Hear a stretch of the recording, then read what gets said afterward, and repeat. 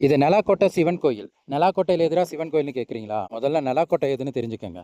இப்போ இந்த வீடியோவில் நீங்கள் பார்த்துட்டு இருக்கிற இந்த இடம் தான் 400-500 வருஷத்துக்கு முன்னாடி நெலாக்கோட்டை. யானை புலியெல்லாம் வாழ்ற காட்டுக்குள்ளே நீங்கள் ஏன்டா வீட்டை கட்டிட்டு இருக்கிறீங்கன்னு கேட்குற லூசு பயல்களுக்காக தான் இந்த வீடியோ. நாங்கள் மலைவாழ் மக்கள், எங்களோட வாழ்வாதாரமும் வாழ்விடமும் இதுதான். இங்கே இருக்கக்கூடிய பழங்குடி மக்கள் திப்பு சுல்தான் காலத்துக்கு முன்னாடி இருந்தே இங்கே தான் இருந்திருக்கிறாங்க. திப்பு சுல்தான் காலத்தில் உடைக்கப்பட்ட கோயில் தான் இது அப்படின்னு அவங்களால நம்பப்படுது. அவங்க அப்படி தான் சொல்கிறாங்க. இங்கே அடுக்கி வச்சிருக்கிற கல் எல்லாமே கோயில் இருந்ததுக்கான அடையாளம், ஆதாரம். இந்த கல் எதுவுமே இந்த மண்ணில் உள்ளது கிடையாது, வெளியிலிருந்து கொண்டு வரப்பட்டது.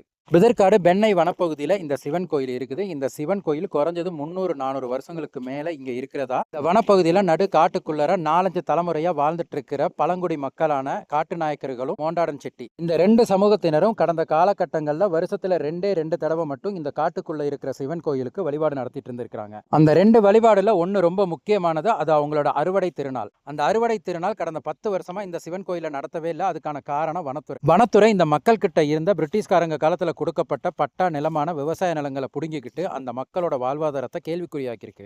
உண்மையிலே அரசாங்கத்தால் அறிவிக்கப்பட்ட எந்த நலத்திட்டங்களும் இந்த பாவப்பட்ட மக்களுக்கு போய் சேர்ந்திருக்கான்னு பார்த்தீங்கன்னா கண்டிப்பாக இது வரைக்கும் சேரலை. இந்த 10 வருஷமா அந்த மக்களுக்கு எந்த விதமான நலத்திட்டங்களும் முழுசாக போய் சேரலை. அந்த மக்களோட வாழ்வாதாரம் முன்னுக்கு வந்துச்சா அப்படிங்கிறது தெரியல. ஆனால் இதில் சம்மந்தப்பட்ட துறையை சேர்ந்தவங்களோட வாழ்வாதாரம் நல்ல விதமாக முன்னுக்கு வந்திருக்கிறதா சொல்லப்படுது.